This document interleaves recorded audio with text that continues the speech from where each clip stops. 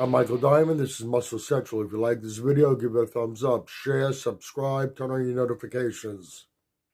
Okay, with the 2023 Olympia right around the corner, I was thinking back when Brandon won the title, and afterwards we saw Dorian Yates on Valuetainment podcast with Patrick Bet-David. Pretty harshly criticizing Brandon and the rest of the lineup and bluntly giving his thoughts on how they would do in his time. And then we saw Ronnie on there. Then the whole talk became today's bodybuilders compared to the 90s.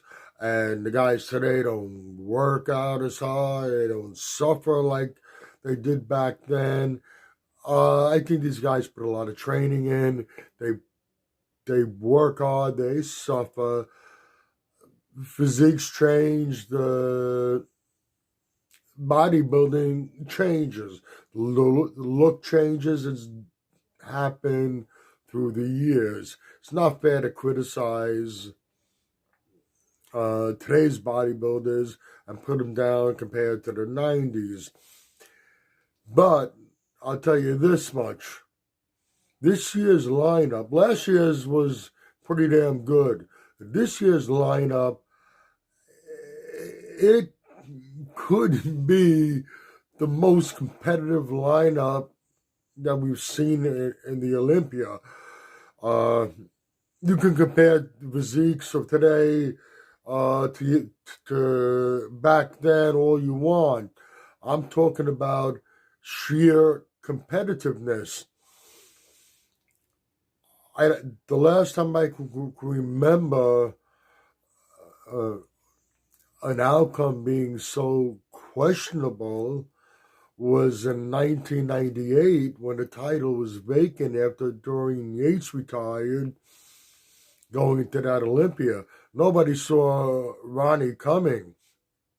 But that Olympia, you had Flex Wheeler, Kevin LeVrone, Sean Ray, Nasser Sabate. I know I'm missing one or two, that any one of them could have been Mr. Olympia. That was a extremely competitive show.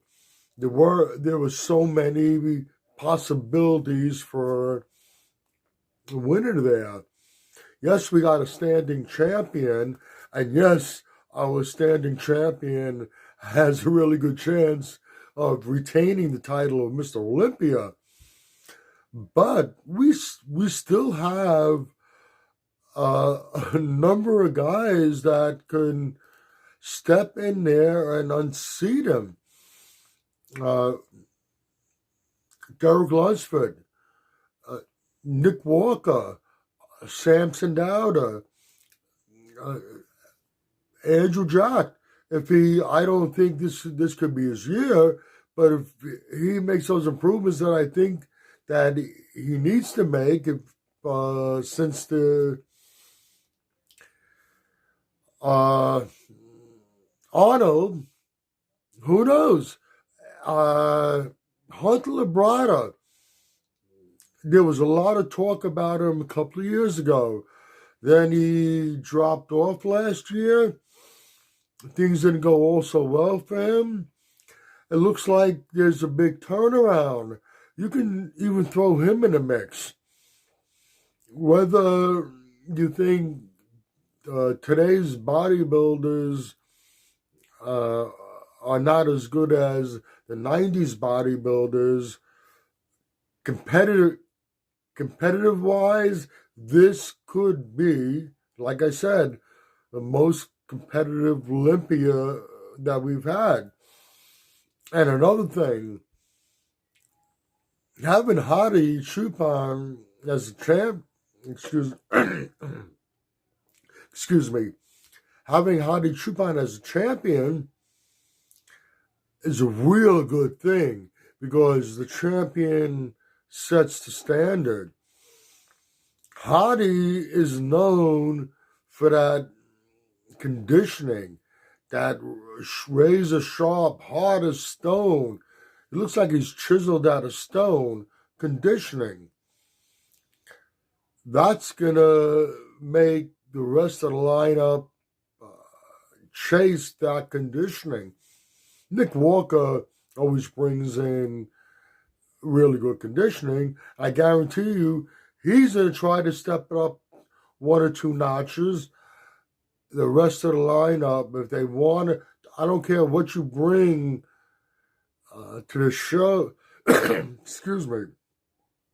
I don't care what you bring to the show that day. If you don't have conditioning along with everything else you bring, you're not going to beat Hottie. So that's a good thing. We're gonna see a very conditioned lineup, at least in the top placings. Okay, if you like this video, please give it a thumbs up, share, subscribe, turn on your notifications. This is Michael Diamond. I'd like to thank you for watching Muscle Central.